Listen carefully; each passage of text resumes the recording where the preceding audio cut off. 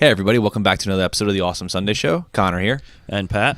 So Pat, something happened in San Diego. It wasn't Blink-182, but Nice. good reference there, Connor. I like how you complimented yourself. I can compliment myself because it's our show.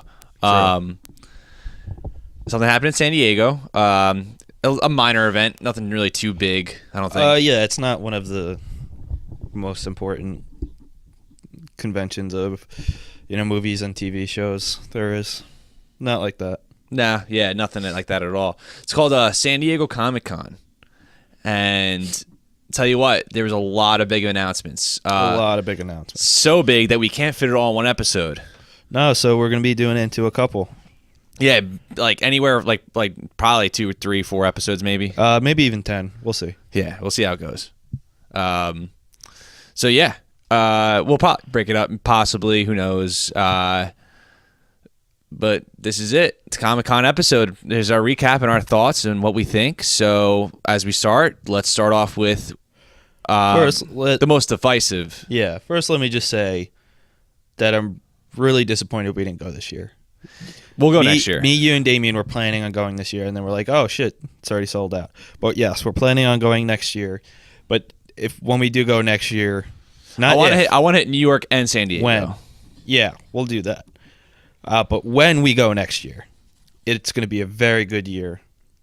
Even though a lot of good shit came out of this Comic-Con, next year there'll be even more and bigger things. Infinity War is probably going to be Infinity War, Spider-Man episode Homecoming. 8. Well, Homecoming will be out beforehand, but... Oh, really? It's coming out before Comic-Con? I think so. But regardless, there will still be a shit ton of good stuff to cover. And, hey, we can do live from Comic-Con episodes out there. Yeah. It'd be sweet. We but Damien's not allowed on. Damien can sit in the room and watch us. Yeah. But he's not allowed to speak. He has to. You have to tie him down. Yeah. So yeah, announcement next year. Awesome Sunday Show at Comic-Con. Exactly. Let's start a. Next year we'll get our own. We'll get Hall H for ourselves. Let's do a Kickstarter for our funds for Comic-Con. There we go. I'm sure we'll get $5 maybe. Yeah, hopefully. But yeah, we'll rent out Hall H next year. That's a joke because Hall H holds like 8,000 people. Yeah, and Suicide Squad had the last trailer there at Hall H. Yeah, it's usually reserved. Not reserved, but 99% of the time it's for a major Marvel, DC, or like X-Men movie. Yeah. That goes in there. Or Star Wars too.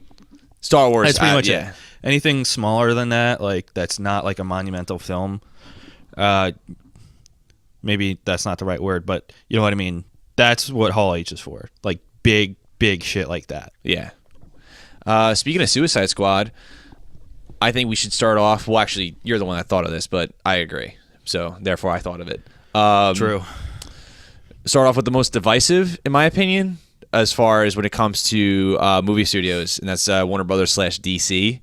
Mm-hmm. They've had the last Suicide Squad trailer, Wonder Woman trailer, and Justice League trailer, and this is just for the movies. TV is going to be another. We're going to talk about that later. Yeah, we'll talk about that later. Don't worry. Those are the big 3 trailers. If I'm not missing one, am I correct? Of DC, you are correct. Yeah. So I guess let's just start. We'll start off with the best one, and then we'll end off with, because I think me and you are pretty opposite on one of the trailers. Yes. And I would rather talk about that last. Okay. So that's fine. Let's talk about the best trailer. And for what me and you agree on, is might be one of the best trailers that come out of Comic-Con. Yes. Was the Wonder Woman trailer. Yes, absolutely. Fucking amazing. I'm pumped. I am on the Wonder Woman train. It looked really awesome. It was an awesome trailer, and it got me hyped AF. Yeah. It was baller, man. Like, everything was good about it. It was what I wanted, and more. Yeah, I would say so.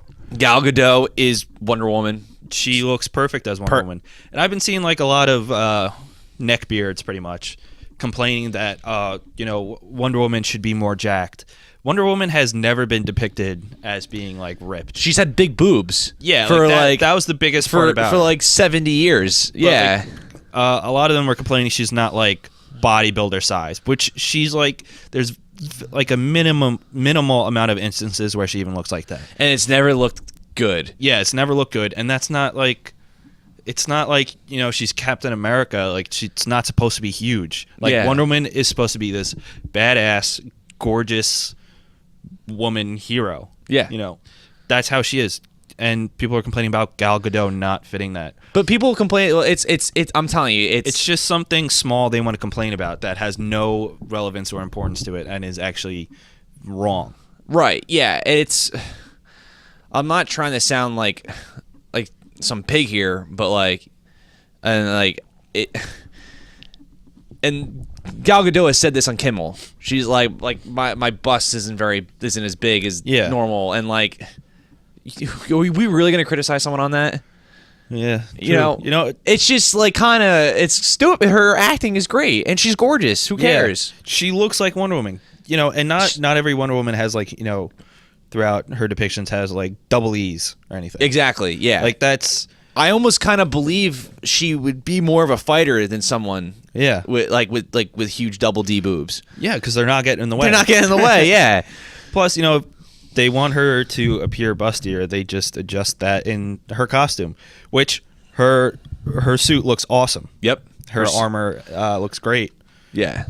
And the most surprising part of this trailer actually was all the color that was in this trailer. Because like you look at Man of Steel and especially Batman vs Superman, there's no color. Like, No.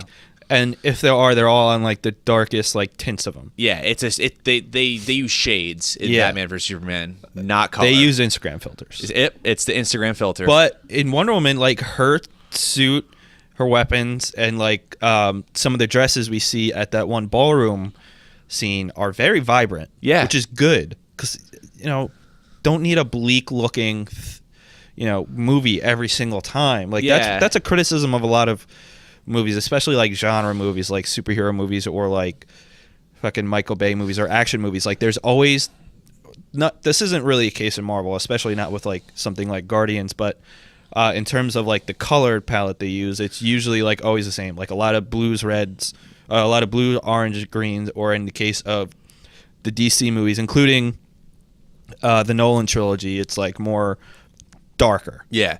And Marvel does dark very well still, but it's still colorful to a certain extent because, like, you have to remember, movie is a visual art for the most part. Sound is not necessary to progress the story in a movie, but obviously 99% of movies, 0.9999 use it because why wouldn't you use sound? Exactly. But, like, you technically don't need sound. You can get through a story through visuals, and, like... That's why silent movies were massive. I mean, at the time they couldn't use sound. Yeah, but still they were very successful. But even The Artist, which won Best Picture a few years ago, was an amazing movie. It's not like I don't think it was the best movie ever made of that year, but it was fantastic. That was a silent movie, and you can get away with just visuals, and a lot of scenes do that still. Mad Max Fury Road told a story through mainly just visuals. Visuals and revving engines. Yeah, and guitar guys with no eyes. That guy's amazing. So, like that was one of the big issues, and that's a big issue with a lot of Zack Snyder films is they're very bleak and poor looking. Like as far as obviously not poor looking as far as set design. The set design is and cinematography. You mean the colors? It looks like somebody sucked the color out of the spectrum. And then you look at the Marvel TV series, which is literally Marvel's vessel for their dark entertainment, for their adult entertainment. The Netflix shows, exactly. The Netflix shows. I'm sorry. But they still have color to it. Like Daredevil looks red. Like I noticed that. Like it's a dark red that comes out, and when it's supposed to be dark, that's when it's dark. Mm-hmm. It's not like they fit it to whatever the scene is and like the set of the scene. Exactly. You're absolutely right. And I feel like I got that feeling with Wonder Woman. Mm-hmm. I don't think it's going to be a dark Wonder Woman movie, but I have a feeling that when it's getting serious, it gets serious. When it's supposed to be colorful, it's colorful. Mm-hmm. And Chris Pine was really funny in it. Yeah, he looks great. I still wish that he was going to be Hal Jordan, but I know he's going to kill it as Steve Trevor. Yeah. That's fine. And you know what? Like I'm glad to see him in a big action movie where he's not the star. Mm-hmm. It shows that he's like he takes a job and he's just gonna. He doesn't have to be like that big guy every time. He is a good actor. I don't know if you've ever seen Z for Zachariah, but he's like it's him, Margot Robbie, and Chiwetel Ejiofor, however you say that guy's name. And it's just them three. They're the only people in the movie, and like for most of the movie, the majority early on in the movie, it's just Ejiofor and Margot Robbie, and then he comes in. Okay. So it's good. It's like it shows he's actually has some range other than just being Kirk. Yeah. But yeah, he's able to be a supporting actor very well. Yeah, he's a good actor. I think. I mean, like in being Captain Kirk, I mean, like William Shatner didn't really set the standards too high for that. No. So the fact that he that he gave Captain Kirk like a believable personality in the new movies shows a lot. Mm-hmm. And I'm not talking smack about William Shatner. I love William Shatner, but some of his performances in a lot of his movies have shat the bed. Oh yeah, that's for sure. I like what you did there. Yeah, thank you. But yeah, this trailer was great. The color is great. Her suit looks awesome. Even the lasso of truth was very bright. Yes, and it doesn't look stupid. No, it doesn't look stupid. For being so bright, it doesn't look stupid. You know, that's something that was probably like a little tricky for them to figure out entirely, because it is kind of a ridiculous thing. Like it's a golden lasso that glows when when it's being used, pretty much. And they did it enough so where it's bright but not like shitty neon light looking bright. Yeah. But they did it well, and I liked how much she actually used it during the fight scenes. Yes. Like that's good because I want to see her use it a lot. You know, she didn't. She used it once in Batman vs Superman, twice. Yeah, in BS, she something like used that. It. I think I'm just gonna start calling it BS. You do what you got to do. But along with that, the shield she has is a different design than the one she had in Batman vs Superman. Well, because this one takes place in World War I. Yes. So I imagine probably that shield just breaking, and that's why in could be BS she has. Could be. It's just something I noticed. No, I didn't know. I didn't really think about it until you just said it. But you're right. Yeah, it is a different shield. Yeah, but yes, it is set during World War I, which is actually an interesting thing. A lot of people thought they were going to do World War II, but they're kind of just moving it back, which is interesting because in the one scene, World War I, a lot of it was trench warfare. Yes. So what that means is like, if you know what a trench is, it's like just this. There are semi-tunnels that are dug up in order to evade fire from because little history lesson. World War I was the first war to really implement technology into battles. So wars in the past, it was pretty much on fields like battlegrounds, and it would be legions of guys that would shoot at each other. And what happened was the guns were very primitive. The bullet would never go straight. Right. Like Last of the Mohicans is one of my favorite movies, and you have Hawkeye who has like a long musket and he's like super accurate with it. Not that they didn't have accurate guns then, but they were not as accurate as that movie depicts. Yeah. Again, not that they weren't sharpshooters or snipers, quote unquote, or whatever you want to call them, but like guns did not work as well as they do now. A gun is 100 times more accurate now than it was back then. So you have people standing, in line and sequence behind each other, one reloading, one firing. Yep. When World War II or when World War I came around, you had trench warfare was a result of like mustard gas, semi-automatic weapons, automatic weapons, Gatling guns, grenades. All this stuff has just increased as far as technologically speaking. So they dug trenches to evade all that. Right. And then the area in between the trenches is called no man's land. Yes. Right? It's because if you walk out in that area, you're dead. Yeah, you are guaranteed to get shot. Yeah, you're right away. That's it being shot. You'd be lucky. Yeah, or you get hit with like mustard gas. Landmines too. Landmines, but in a very badass moment in the trailer, Wonder Woman is walking from one trench through no man's land to another, just like ricocheting bullets off her shield and off her gauntlets, which was pretty badass.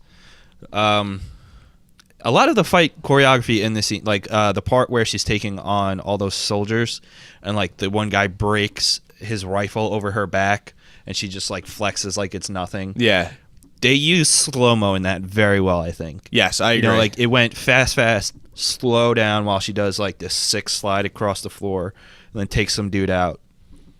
But if that's how the fight choreography is going to be in the movie, that looks good.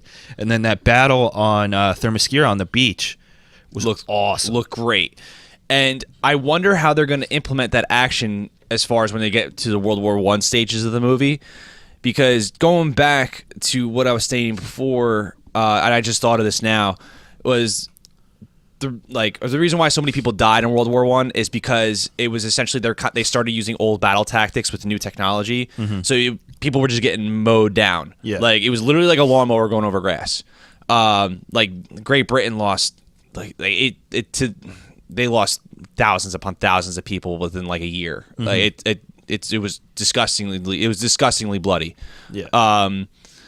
So like I want to see what time period this is during World War I, if it's in the beginning of the war or the end of the war. Right. And I think it's going to be the end of the war because it would be rated R. The movie would be rated R if it was the beginning of the war and they were being accurate with their battles. And this is all just hearsay. If they were actually being historically accurate, which they probably won't. Yeah, I don't think that'll be something. I'm just kind of hoping, like, dude, it'd be sweet to have an R-rated Wonder Woman movie. Like that'd be pretty badass.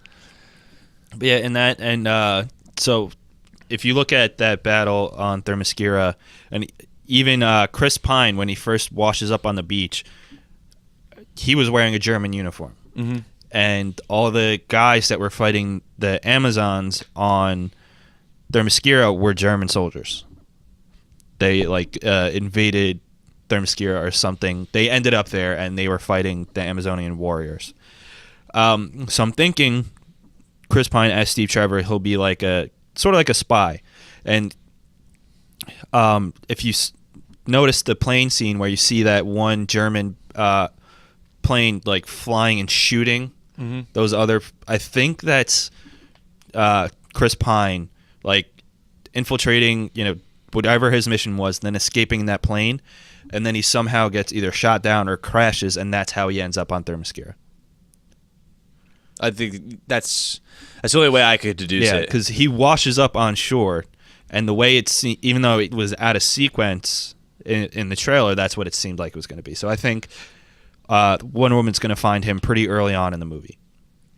And I just like how she's like, "You're a man." He's like, have you never seen one before? Yeah. Which she 99% likely hasn't seen one because Themyscira is inhabited solely by women. And I like how she's not stupid either. As far as like, oh, you must be a man because you do not look like anything that I've ever seen on this island that besides the animals that may live there. Yeah. Along with them.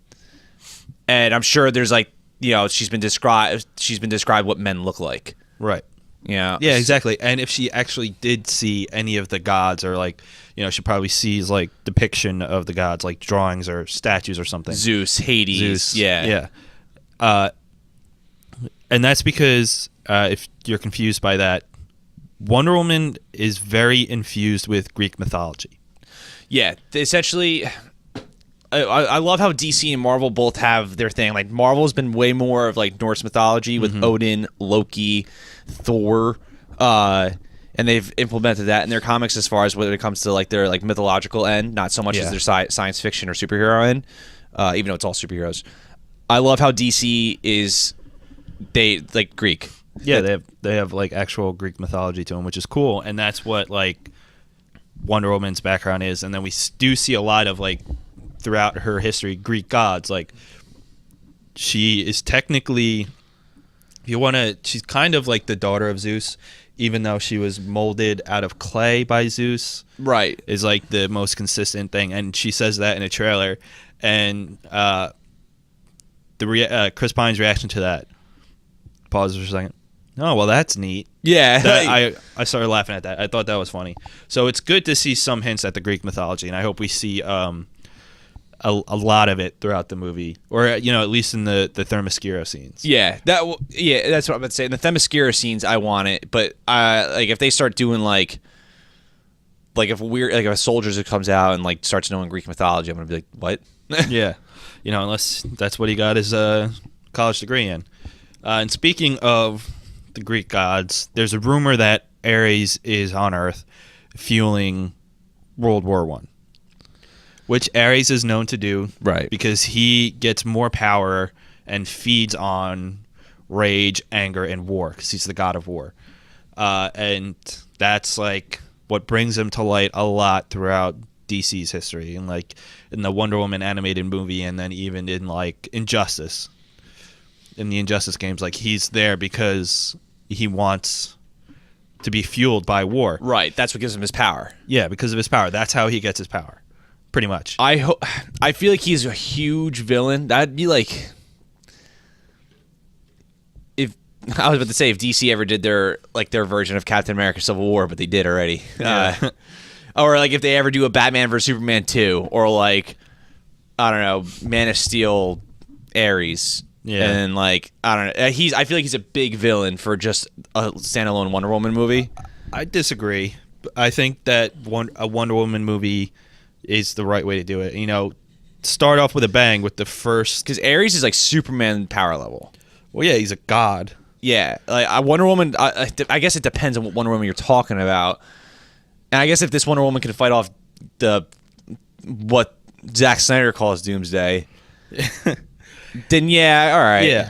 I can see it. You know, because they want to establish her mythology. They want to, you know, and especially because it is the first solo female superhero movie ever. Like, they want to go big on it. And, you know, I would not be surprised if Ares is in it. He will probably be in disguise. A lot of people are saying that when she's walking into that ball in the trailer and she has like her sword in the back of her dress, the guy she's walking towards is a lot of people think that he might be Ares in disguise, and that's the reason she's grabbing her sword, because she knows. Okay. Which may or may not be true. Don't know. It's a weird place to put a sword.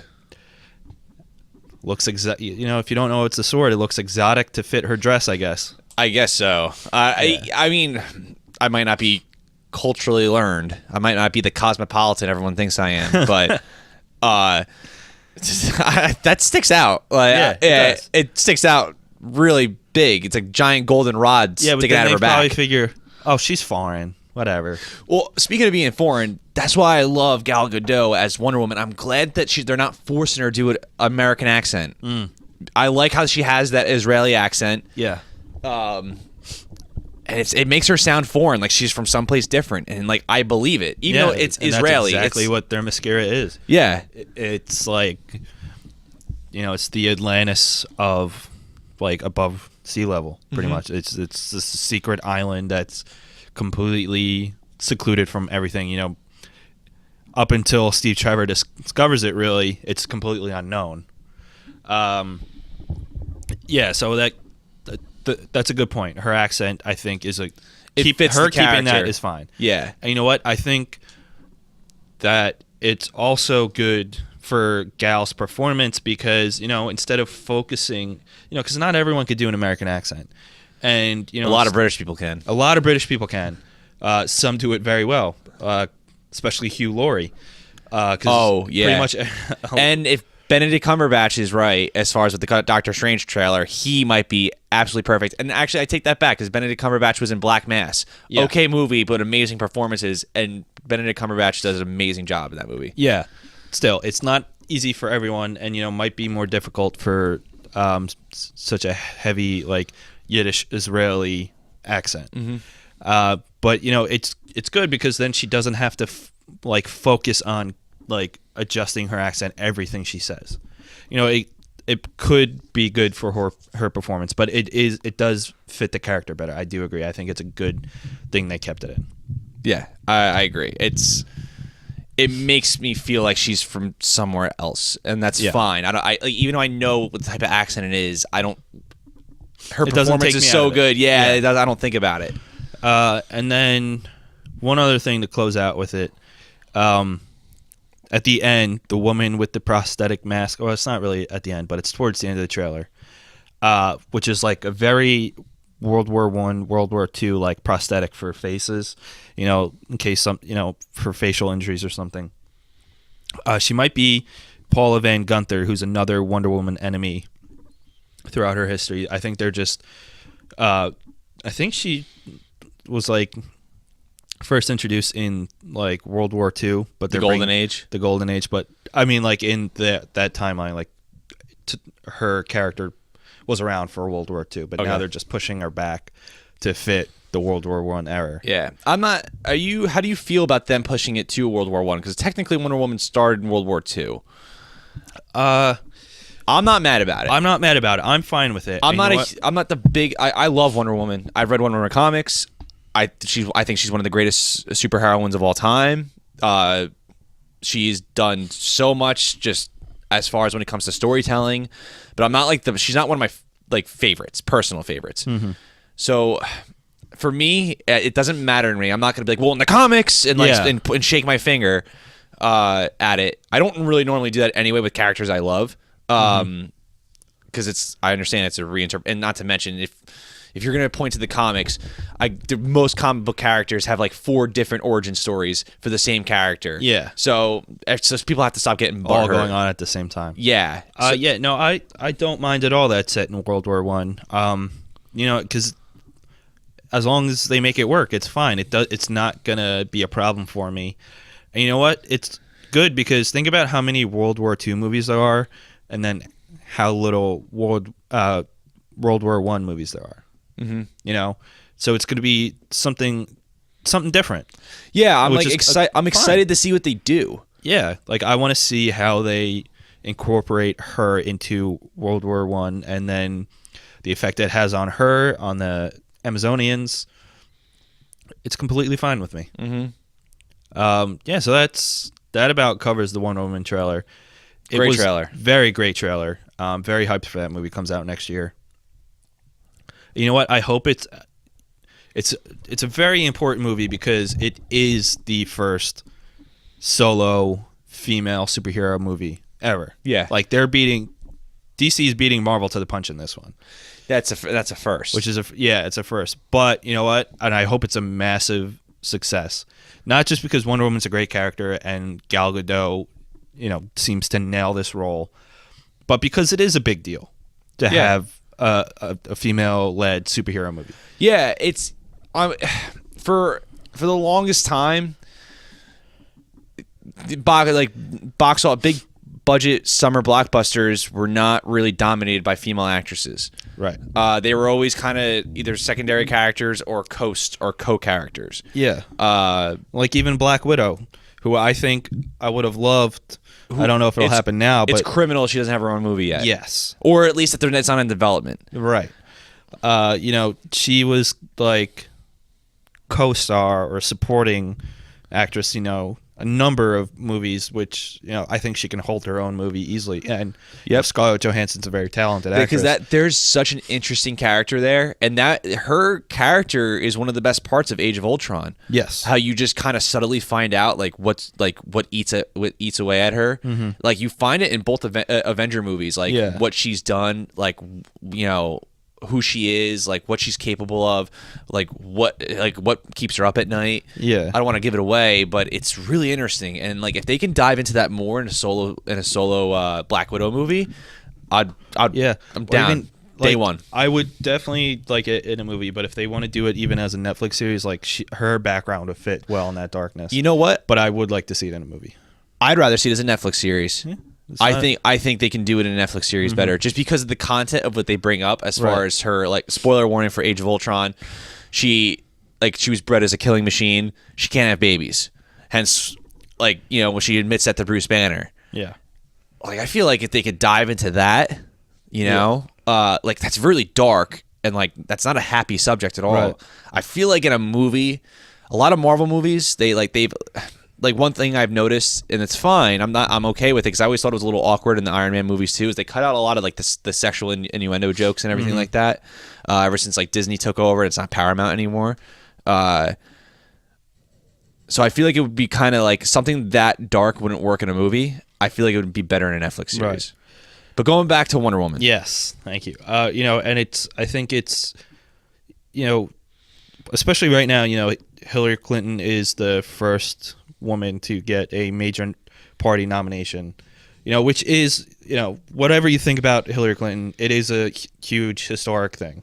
Yeah. You know, for women, for young girls.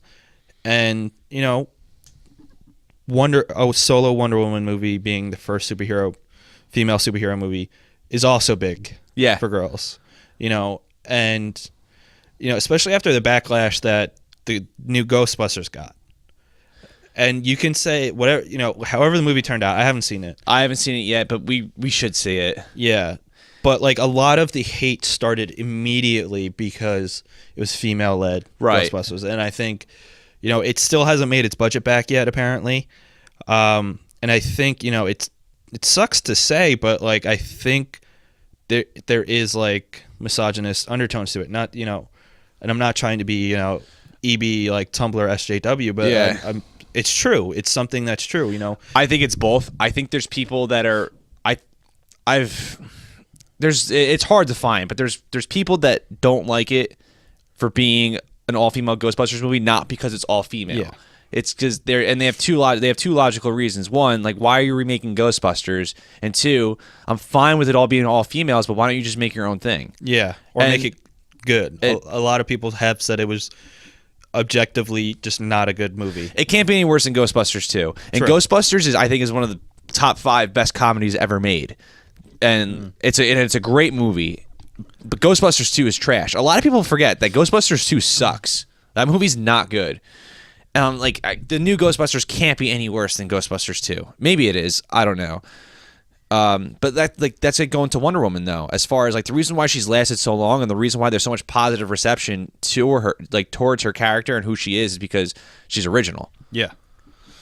And I feel like that's a much stronger, representation of I guess women in entertainment in general. Like Bill Burr says it best. Why are you taking our thing? Make your own thing.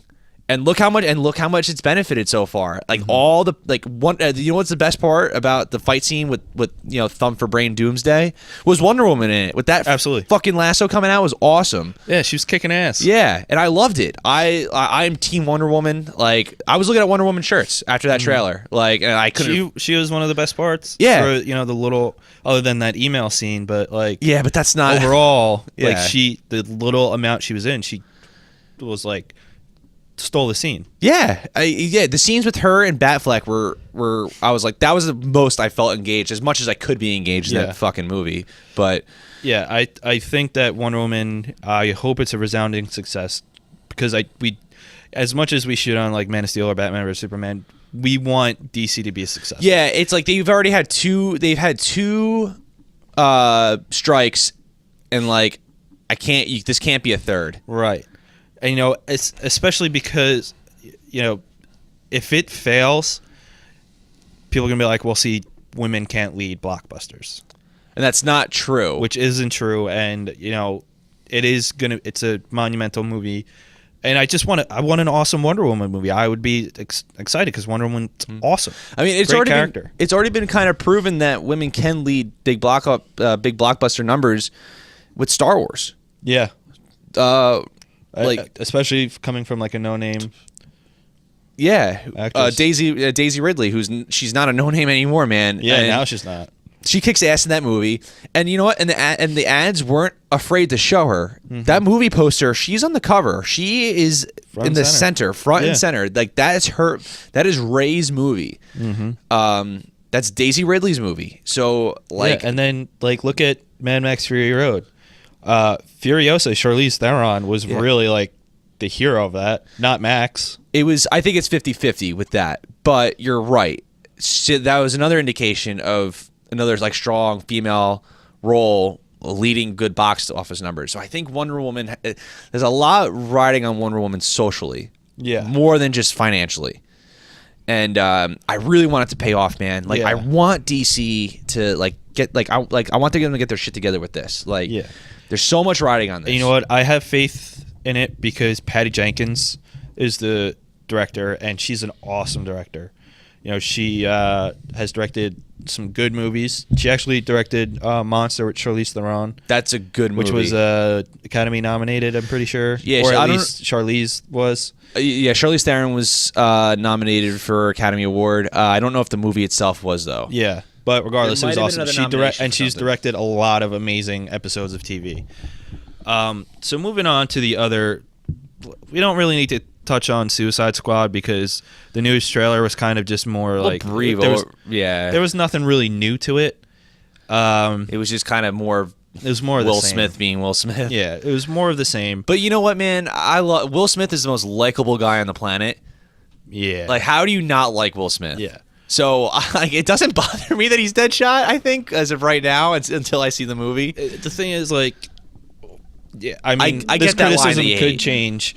It's just, he's been in some shit. He's been in some shit I'll lately. never After Earth is probably one of the worst movies I ever seen in my life. But like, so he That's has your friend, that movie. No, he has a problem with like being in a movie as Will Smith playing this, which is what so far it seems like Deadshot. But he's a very talented actor, so that could just be that one scene in the trailer or whatever. Yes.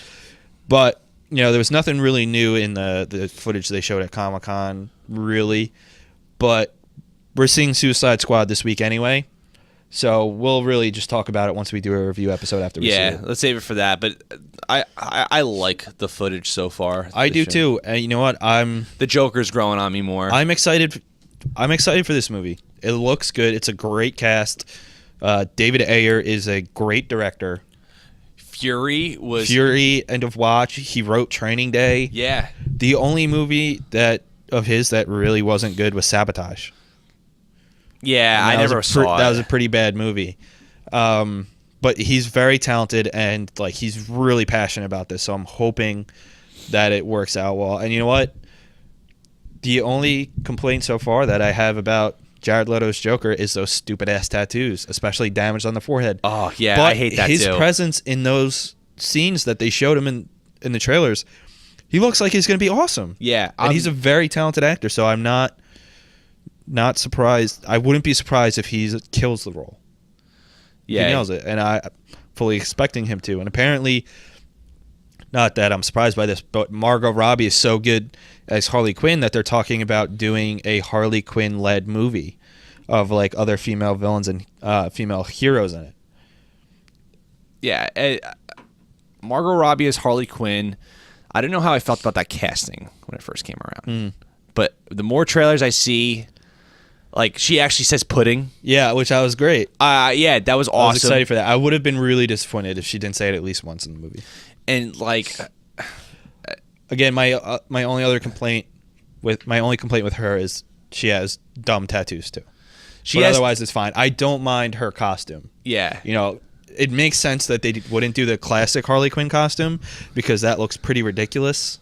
Listen, we're a bunch of guys. Margot Robbie is friggin' phenomenally gorgeous. Oh yeah, she's and like every time I see her in those coming attractions, like those shorts that she wears, like half her ass is hanging out. Yep, I like it. Yeah, you know what? It's followed by because Harley Quinn has always been portrayed as very attractive. Yes, all the time, and yes. so that relays on screen really well. Yeah, but she acts like Harley Quinn. Yeah, which I'm excited for the movie about. But now let's go into this trailer we were pretty divided on. It seems the Justice League trailer. Fuck that trailer. To be honest, I'm surprised that they actually showed a full trailer because they're not even. I'm pretty sure their shooting schedule, they might have just gotten to the halfway point. I think some of the footage in that trailer is not going to be in the movie. You think so? I think so. I think some of that footage is not going to be in the movie, or they've maybe reshot some footage. Yeah. Cyborg looks great, but I don't think it didn't look that good in the trailer. I don't think he looks that good, really. That's why I think. To be fair, yeah. Like I said, they're probably at this point halfway through filming. He's barely. He's entirely CGI. Aside from like that one half of his face, he's entirely CGI. So that's why I was surprised he was even included in the trailer because of him being a fully CGI character. I think they just want to show off his design. Yeah, I probably. think he looks great design-wise. The CG just doesn't look that good. I think they'll fix that by the movie because as much as I hate Batman vs Superman, and as I like Man of Steel, but it has its issues. One thing that I will never knock those movies for is the special effects are incredible. Yeah. So, I'm not worried about Cyborg. Yeah. I just hope his design is less Golden Age and more like New 52 age. That's the best. I think that's the best his Cyborg best design. Yeah, it's his absolute best design, and I think they might be going for that. It's just the CGI was not a finished product, which is okay. Yeah, which is fine. I mean, I was surprised to see that much anyway. I was happy they showed something. Yeah, as much as that trailer pissed me off, Cyborg was actually one of my favorite parts. I wish they showed more of him. Okay, before we get into why it pissed you off, let's just talk about some of the things that we're seeing in it. Let's just start from the front, to back, or beginning to end. Bruce and Wonder Woman going out recruiting some teammates for Justice League. He's, acknowledging that there's a big threat coming. He just has this feeling, and he's absolutely right. So he's going to recruit him. We see him trying to recruit Flash and Aquaman. And Jason Momoa looks so fucking badass. He looks good.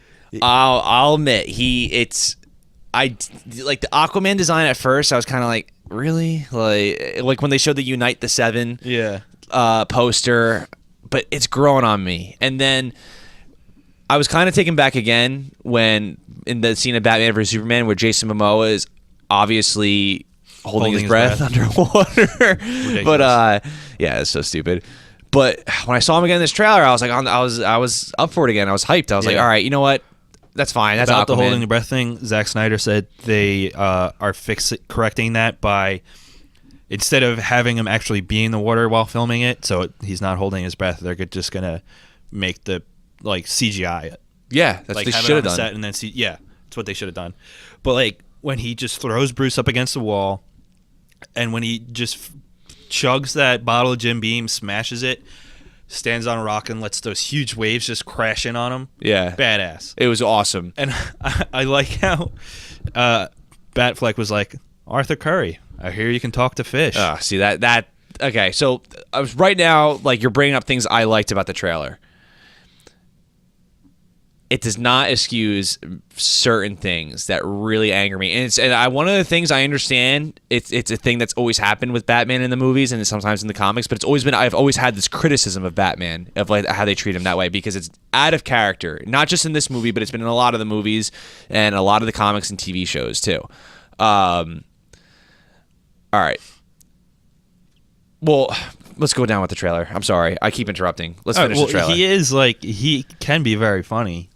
And the way he says it, that's how I would expect. I'm not saying Batman can't be funny. Let's just finish the trailer, and because it's going to take too long. Okay, and then some other stuff happens, and then we see Bruce go and to recruit Flash.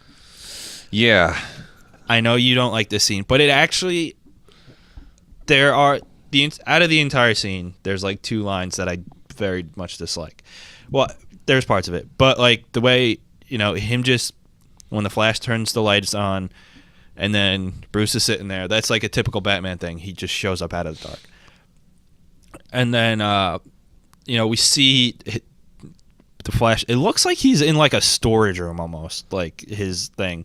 He's got I don't know, 24 monitors and screens, and then Rick and Morty in the library about that. Yeah, Rick and Morty in the background, and it's the episode where Summer and Rick get super jacked and beat the shit out of the devil. Yeah, the needful things. Yeah, I thought that was a nice Easter egg. Yeah, I enjoyed it.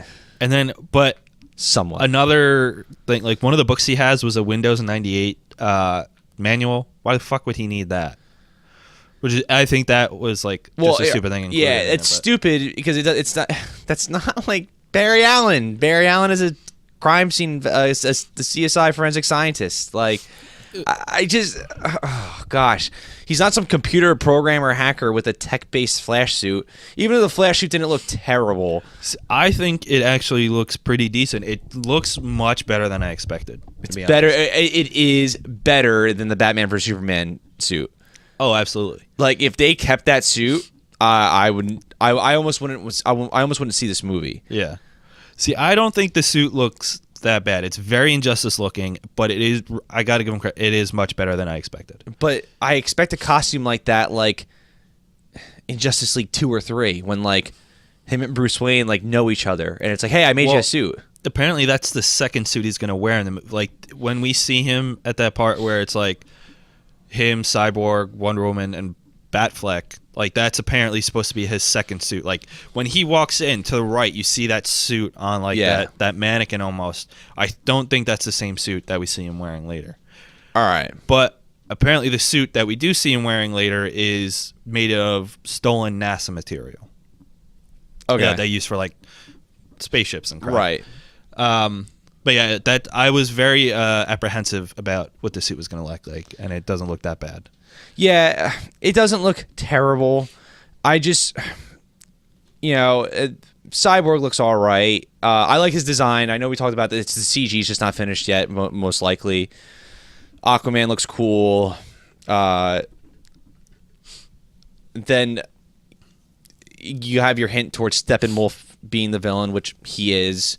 Yeah, that was clearly announced. Because it's literally they're just copying Avengers.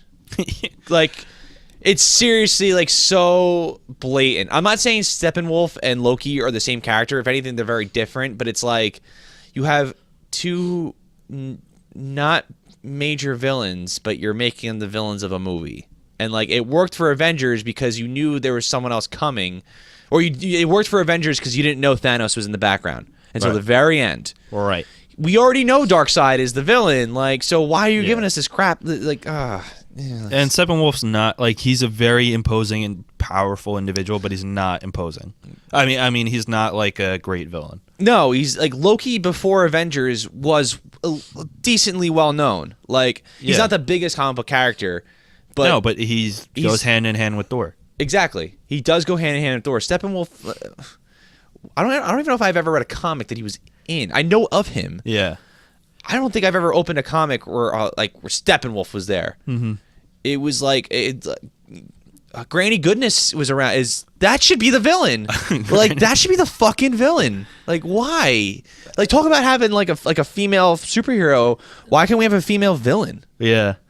Maybe we'll see her if there's any scenes on Apocalypse. But yeah, we do see a Mother Box being buried.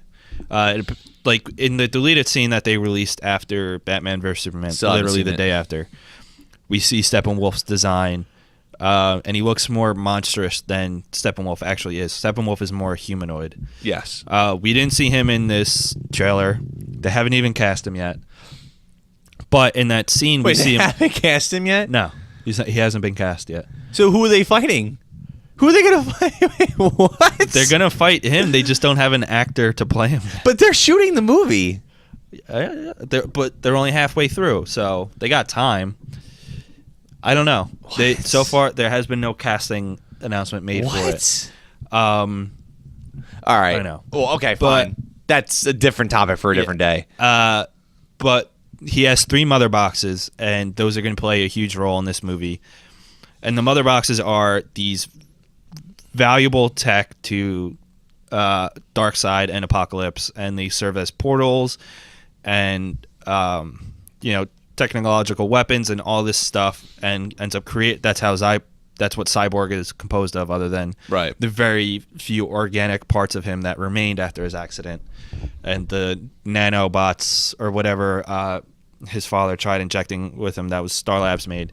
But Steppenwolf signaled to Lex in that deleted scene that like he's coming for those things or whatever. Mm-hmm. And we do see one being buried in what looks like centuries ago from like modern day. And what was interesting about those guys is they kind of looked similar to Vikings, but the way that their helmets were shaped, they were more in the shape of that like coated Steppenwolf that was in the deleted scene. So I'm wondering if they are followers of Steppenwolf and like worship him because he at one point came to Earth, or if the helmets are just coincidence and they're really just like Vikings or medieval, whatever. Yeah.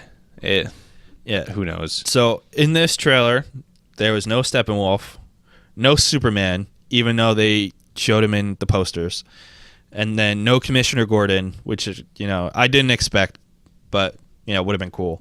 Because I know they already filmed some scenes with him, Mr. J.K. Simmons.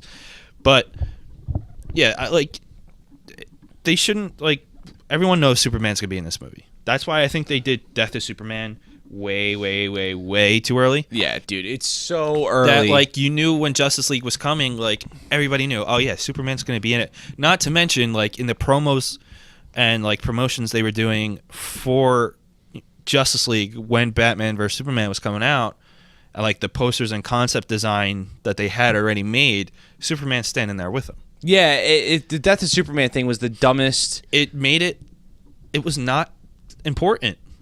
It took away the importance and the gravity of it, and like how as soon as he died, I was like, when's he coming back? Yeah, it took away the magnitude in of the Death of Superman comic. Like I don't like when it came out.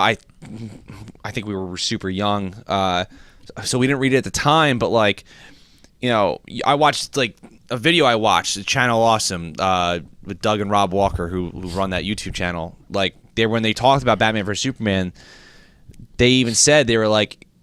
Rob Walker even said, he was like, you know, I'm not the biggest Death of Superman fan, but at least when I read that comic, like, I felt the gravity of the situation. Yeah. Like, it was, you know, it was a huge event, and it, you know, not only shook like the comic book world, but it made the news. It did make the news. Like, it was such a major event, but they wasted it so early, even though, like, because they already announced like what the lineup for Justice League was. And like they should have saved it for like a Man of Steel sequel, like after Justice League 2 or something. And they don't tell you what happens. Yeah, you know, like, you know, obviously in the back of your mind that Superman comes back, but like not everybody knows that though. Like that would have been like, the general audience would have been like, what the fuck? But now even the general audience, you know, non-comic book readers know he's going to be in it because they right away released posters of it. Like, it's stupid. And you mentioned before the Unite the Seven poster when they first released Aquaman's design.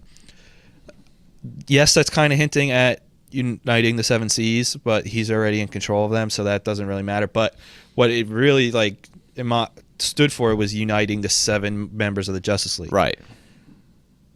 Still don't have 7 members. Nope. We have 6. Yeah. Yep. Exactly. I think. Oh, wow. Unless there's a 7th member in the movie we don't know about yet? Well, see, what I think, and everybody's been saying this, you know, like a lot of actually credible sites, that Latino Review is one of them. I don't know how they get their sources. Dude, they're like one of the best. Yeah. But that the Green Lantern will show up, but like last 5 minutes to warn of Darkseid, pretty much. But that's bullshit. Like, you can't say Unite the 7 if you're not even going to have a 7th member even announced, cast, or like, you can't. They don't even have Steppenwolf cast, and I just found that out. You like saving the 7th member for the last 5 minutes, if that's what they do, or like last 2 seconds, however they plan on introducing Green Lantern. If that is the case, like those rumors are true, that's bullshit. Yep. That's not. It's not uniting them. That's him showing up last second and them like, oh, see, we got 7 now.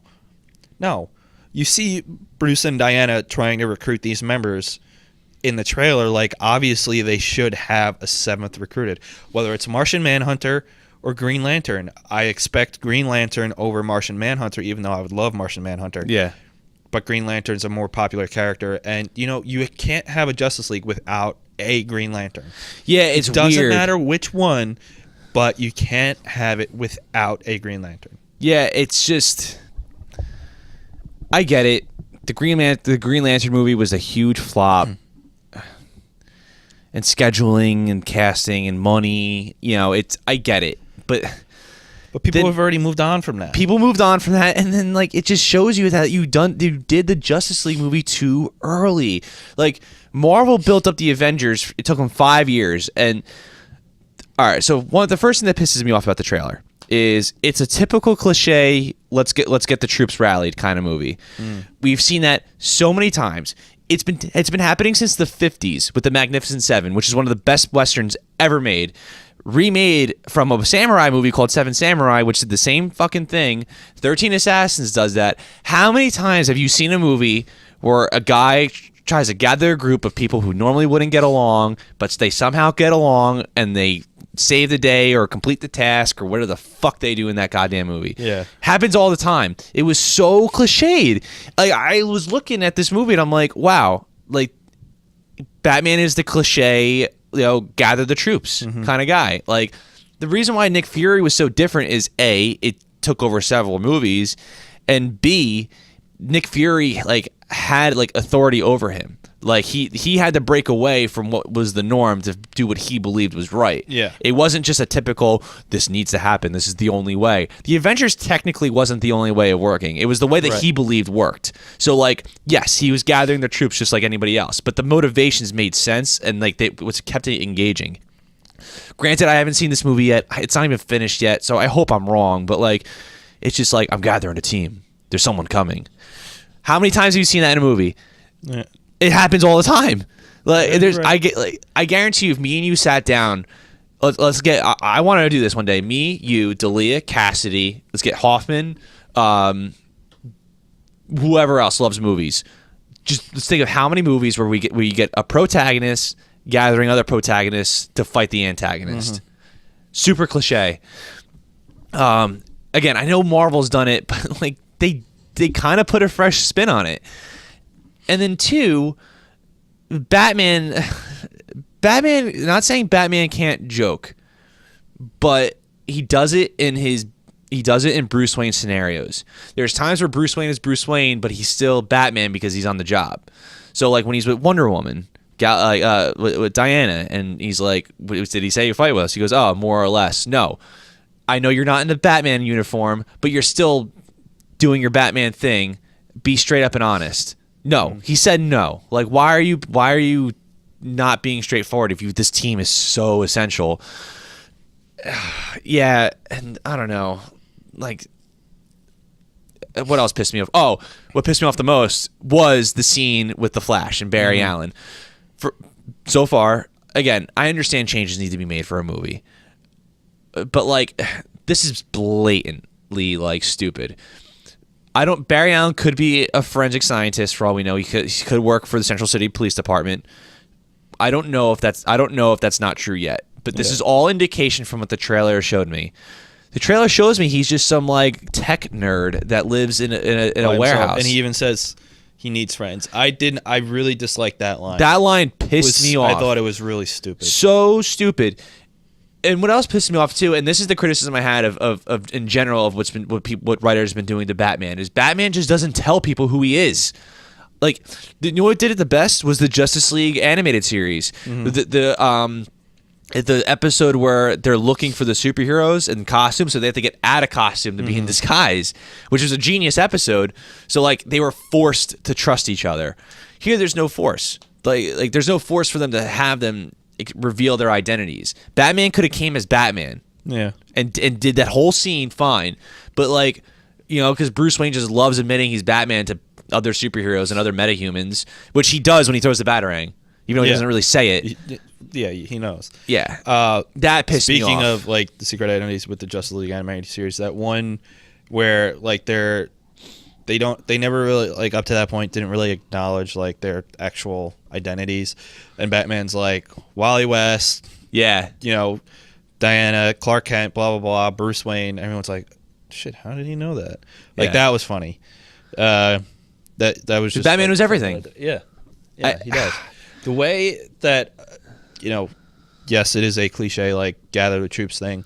I think Justice League War, the animated movie, did it really well. Like, they came together because this huge situation was thrust upon them, and they all happened to be in similar locations. Nobody like gathered each other. Right. Yeah. They ended up like they were all involved in catching these things, and then it led to each other. Like, it led Hal to Bruce when like, and Avengers kind of did that things. too. Yeah. When it came to the sphere, this like which was a part of what was one of the Infinity Stones. Yeah. So it was kind of a mix of both as far as gathering troops and like momentary coincidences. Yeah. Well, Thor came for Loki, but still, it was something like that. Yeah, the Avenger, like Thor could have never showed up, but he came because of Loki. Yeah. So like, it's just so. I just never saw such a cliche trailer in my life for Justice League. Like, this is bigger than Batman vs Superman. People talk about waiting for a Batman vs Superman movie for as long as they can remember. This is Justice League. Like, Yeah. in the comic book world and like in the mainstream media, like before Avengers took off, it was Justice League was the superhero team, and like this is Justice League, man. Like, you're gonna screw this up. Like, it's too early to tell, man. It's just a trailer is. that I was surprised. I 100% acknowledge that it is way too early to tell. I 100% acknowledge that. I could be 100% wrong. The movie could be the best movie of 2017. It could be an amazing movie. It could be an okay movie. It could be a lot of things. Do I want it to be the best movie of 2017? Damn right I do want it to be, because it's Justice League. Now, Batman vs Superman. How many times have we been like, this looks like shit, but we want it to be good? And look what happened. It was awful. But at least Batman vs Superman had an awesome first Comic-Con trailer. It did. It did have an awesome first Comic-Con trailer. But then again, the second it was trailer, primarily almost done filming. Yeah. But still, I don't know. And like now that line, that line I used to think was so badass when that trailer came out, the "Do you bleed? Well, you will." Mm-hmm. Like, when I saw that in the movie, I was like, wow. Superman has super hearing. Like, he can hear you. You dumbass. Like, why would you say that? Like, Because he wanted him to hear it. That's why. it didn't seem like it. He knew he would hear it. Yeah, but okay. Did they explain that well? Did they explain anything well? No, they didn't. Exactly. Anyway, that's going to wrap up our first episode of this Comic-Con coverage. And that's, the DC movies. We're going to be covering some Marvel movie news, some DC TV news, and some Marvel TV news. So check out those episodes. I'm going to be making a playlist of it. Yeah. So I'll post it like that. That way you can listen to all three of them, or however many we do, all in one with the click of one button. Yeah, that sounds pretty smart there, Patrick. I know that I'm the glue that holds this podcast together. So in the meantime, remember to like the face. Yeah, right. Remember to like, share, comment, subscribe, download on iTunes, Podbean, rate us on iTunes, Podbean. Share with your friends. Subscribe on YouTube too. Subscribe on. Well, that I did say subscribe before. That's what I meant. Oh, okay. Like us on Facebook, facebook.com/Awesome Sunday Show. Share the page. Invite everyone on your friends list to like us. Follow us on Twitter. Follow us on Twitter at Awesome Sun Show. And you can follow us individually. I'm at Rick Pat Mick on Twitter. And I'm at Less Than Connor. AKA no less than a big bitch.